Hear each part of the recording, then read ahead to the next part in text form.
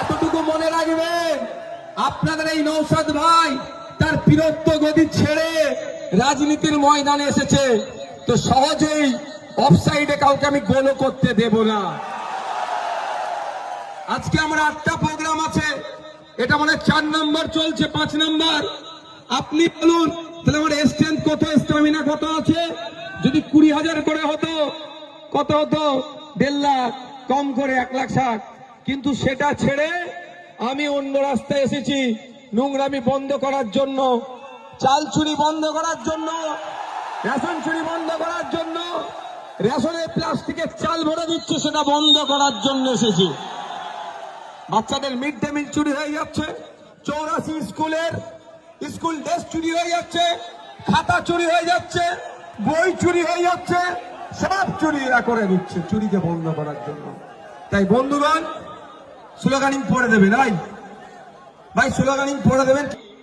শুভেন কি অমিত শাহজির দেওয়া সিকিউরিটি নিয়ে ঘুরছি, যদি সাহস থাকে ছেড়ে দিন, রাজ্য সরকার তাহলে দেবে, এটা বলেছে। তো শুনে জানটা একদম ঠান্ডা হয়ে গেল, তাই না? কত তার মানসিকতার কথা বলেছে। এই ধরনের রাজনীতিবিদ হওয়া দরকার, তাই না? আমি চাই এই ধরনের পরিণত পরিপক্ক রাজনীতিবিদ পশ্চিমবাংলায় বেশি বেশি আসুক। কিন্তু অভিষেক বাবু জানা নাই অলরেডি নওশাদ সিদ্দিকী তিনবার তার পিসিমণি তথা রাজ্যের স্বরাষ্ট্রমন্ত্রী মুখ্যমন্ত্রীকে তার নিরাপত্তার জন্য 3বার চিঠি করেছে, নিরাপত্তা রক্ষী দেয়নি। তারপরে আমি অমিত শাহজিকে চিঠি করলাম যে পশ্চিমবাংলায় বিরোধী দলের যারা বিধায়ক আছে সবাইকে আপনি সিকিউরিটি দিয়ে রেখেছেন, আমিও তো বিরোধী দলের বিধায়ক, আমি কি দোষ করলাম আমার উপর এই ধরনের প্রাণঘাতী হামলা চলছে, আমাকে নিরাপত্তা রক্ষী দেওয়া হোক। তাও অমিত শাহ আমার কথাই সাড়া দিল না। যাহাই দিদি তাহাই দাদা, পিছিয়ে বর্গের কথা বলছি, পিছিয়ে বর্গের দলিত আদিবাসী হিন্দু মুসলমানের অধিকারের কথা বলছি।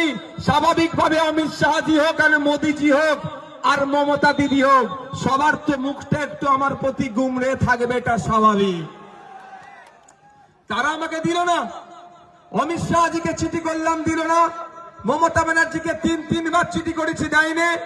তারপরে আমি স্পিকার স্যারকে চিঠি করলাম, আমি যার কাস্টোডিয়ান, আমি যার আন্ডারে আছি, যিনি আমার কাস্টোডিয়ান, তাকে বললাম যে ন্যূনতম বিধায়ক হলে যেই সিকিউরিটিটা পাওয়া যায় সেটা অন্তত আমাকে দেওয়া হোক। তাও মমতা ব্যানার্জি, এই অভিষেক ব্যানার্জির পিসিমণি, আপনাদের জানিয়ে রাখি, মিষ্টি মিষ্টি কথা বলে সরল ধর্মপ্রাণ মুসলমান দলিত আদিবাসীর কাছ থেকে দীর্ঘদিন এরা ভোট লুট করেছে। নওশাদ মার্কেটে আসার পরে এদের ভোট লুট বন্ধ হয়ে যাচ্ছে, এদের এই জন্য তারা চাপে পড়ে যাচ্ছে। নওশাদের বক্তব্য ক্যাপটিভ ভোট ব্যাংক হিসাবে থাকবেন না, ক্যাপটিভ ভোট ব্যাংক হিসাবে থাকবেন না, আপনার অধিকারে নিরিখে ভোট চান। আপনি দলিত, আপনি আদিবাসী, আপনি হিন্দু, আপনি মুসলমান, আপনি ওবিসি, আপনি খ্রিস্টান, আপনি ছাত্র, আপনি যুবক, আপনি কৃষক, আপনি শ্রমিক, আপনি সরকারি কর্মচারী, আপনি প্যারা টিচার, আপনার যে সংবিধান প্রদত্ত অধিকার আছে সেইগুলো চান, তার জন্য আওয়াজ তুলুন। বারবার কথা বলেছি, আমার সাথে যুক্তি তর্কে পেরে উঠতে পারছে না বলে আমার সম্পর্কে মিথ্যাচার করছে। কিন্তু মিথ্যাচারের ঝপের চপটা আমার দেগঙ্গার ভাইরা মায়েরা খাবে কি মনে হয়? এই অভিষেক বাবু ঢপের চপ আমরা খাবো? তারপর আমি জবাব দিয়ে যাচ্ছি। আমি 3বার মমতা ব্যানার্জিকে চিঠি করেছি, একবার স্পিকার স্যার আর একবার স্বরাষ্ট্র সেন্ট্রাল হোম মিনিস্ট্রিকে করেছি, কেউ আমার ডাকে সাড়া দেয়নি। কিন্তু আমি তো চুপ থাকার ছেলে নয়, সোজা আঙুলে না ঘি উঠলে কি করতে হয় আঙুল, আমি সেই ছেলে। পেনের খোঁচা দিতে একটু বেশি পছন্দ করি। আস্তে আস্তে তো আমাকে 2টো বোন 2টো পেনও গিফট করেছে, এরকম সব ছেড়ে এসেছি। পেন আমি ছাড়ি না, পকেটে ভরে নিয়েছি, বুঝতে পেরেছ? এই ছেলে তো 5 টাকার পেনের খোঁচা খুব ভালো লাগে আমাকে দিতে। আমি 5 টাকার পেনের খোঁচায় আইনি লড়াইয়ে গেলাম, কলকাতা হাইকোর্টে গেলাম। আমি যত কটা চিঠি যেখানে যেখানে করেছি সেখানে সেখানে দিয়ে দিলাম। দিয়ে দেওয়ার পরে কলকাতা হাইকোর্ট সিআইএসএফ কে নির্দেশ দিল, ইমিডিয়েট একটা টাইম বাউন্ড করে দিল।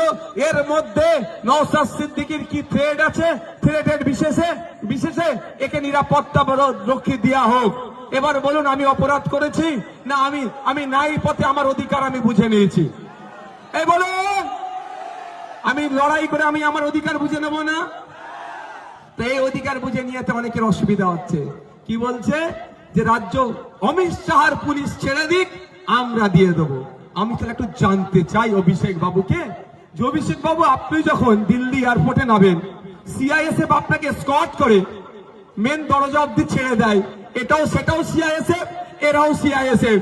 ও আপনাকে এয়ারপোর্ট থেকে ফ্লাইট থেকে মেন গেট পর্যন্ত অমিত শাহ পুলিশ ছেড়ে দিলে কোনো অসুবিধা হয় না। আর নওশাদ সিদ্দিকী মামলা করে সিআইএসএফ নিলে আপনারা তো বুক ফাটে কেন? জানবো না আমরা? অ্যাকচুয়ালি অভিষেক বাবুর বুক ফাটেনি, এখানে যিনি আছেন তার তিনার হয়ে টোকালতি উনি করেছেন। এই জন্যই যে দেখছে দেগঙ্গা বেরিয়ে গিয়েছে হাত থেকে, যদি একটু মানুষকে ভুল বুঝিয়ে কিছু ভোট ফিরিয়ে আনতে পারি, অতটি সহজ নয়। এটা 2021 নয়, এটা 2026। 2021-এ অনেক কটা ইকুয়েশন ছিল, তখন সিংহ চিহ্ন দাঁড় করিয়ে দিয়ে কনফিউজ ক্রিয়েট করে দিয়েছিল। ওই জন্য আমরা এই সিটটাতে লস করেছিলাম, অস্বীকার করার জায়গা নাই। অনেক কটা ইকুয়েশনের মধ্যে একটা ইকুয়েশন ছিল, আর একটা কি ছিল, বিজেপি চলে আসবে, বিজেপি চলে আসবে, এই গল্প শুনিয়েছিল। এই নির্বাচনে আর বাইনারি তৈরি করতে পারছে না। আর এইবারে একটা বড় বৈশিষ্ট্য আছে, একজন বর্ষিয়ান নেতাকে আমরা প্রার্থী করেছি। অত বড়টাও ভালো ছিল, কিন্তু এটা বর্ষিয়ান একজন পরিপক্ক রাজনীতিবিদ। কোথায় কোথায় কোন সুইচে কি কাজ করতে হবে, কোন কাঁটা কিভাবে তুলতে হবে, কোন নেট কোন কাছিতে কাটতে হবে, কোন জায়গায় লিকোপ্লাস দিতে হবে, সব ভালো করে জেনে বসে আছে। সুতরাং আর রোগ নাই। সেই জন্য আপনাদের একটু ভুল বুঝাতে চাইছে। আমি আপনাদের বলি, আপনাদের জেনে রাখা দরকার। আমার জানার মধ্যে যদি ভুল হয়, আশা করছি অভিষেক বাবু পরের বক্তব্যে আমার ভুলটা শুধরে দেবে। এডুকেশন হ্যাজ নো এন্ড, শিক্ষার কোনো শেষ নাই। আমার জানার গাড়িতে ভুল থাকতে পারে, যদি থাকে অভিষেক বাবু পরের বক্তব্যে কি করবে, আমার ভুলটা শুধরে দেবে। কি দিল্লি এয়ারপোর্ট থেকে বার হলেন, পার্লামেন্ট গেলেন, আপনার বাসভবনে গেলেন, আপনার নিরাপত্তাটা কে দেয়? বাংলার police, West Bengal police, Calcutta police, না ব্যারাকপুর কমিশনারেটের পুলিশ দেয়? কে দেয়? দিল্লি পুলিশ দেয়। দিল্লি পুলিশ কার আন্ডারে? সিআইএসএফ যার আন্ডারে, দিল্লি পুলিশও তার আন্ডারে, তথা অমিত শাহজির আন্ডারে। দিল্লিতে গিয়ে আপনি দিল্লি পুলিশের নিরাপত্তা নেবেন, তখন কোনো অসুবিধা নাই, তখন খুব ভালো লাগে। আর নওশাদ সিদ্দিকীর উপরে প্রাণঘাতী হামলা আপনারা চালাচ্ছেন, তাহলে সেখানে নওশাদ সিদ্দিকী আর লড়াই করে, আইনি লড়াই করে নিরাপত্তা রক্ষী দিলে এত কেন অসুবিধা হয় আপনাদের? এই প্রশ্ন করবেন না? তাহলে ক্লিয়ার মেসেজ, মেসেজ ক্লিয়ার তো? তাহলে কেউ যদি বলে অমিত শাহজির পুলিশ ছেড়ে দিতে, বা কেন অমিত শাহজির পুলিশ নিয়ে ঘুরছে, উত্তর দিতে পারবেন? এরপরে একটা প্রশ্ন থাকছে, উনি বলেছেন অমিত শাহজির পুলিশ কি ছেড়ে দিবার কথা। হ্যাঁ, আমি অমিত শাহজির পুলিশ তো নয়, এটা দেশের পুলিশ। কি এটা দেশের পুলিশ, দেশের force, central reserve arms forces এর মধ্যে এরা একজন। তাই এটা দেশের ফোর্স। তারপরেও বলছি, আপনি বলুন, আর এরপর থেকে যখন দিল্লি যাবেন, এয়ারপোর্টে ফ্লাইট থেকে নেবে, পার্লামেন্ট হাউস বলুন আর আপনার বাসভবন বলুন, বা আপনি যেখানে থাকেন সেইখান পর্যন্ত আপনি কথা দেন দিল্লি পুলিশকে নেবেন না।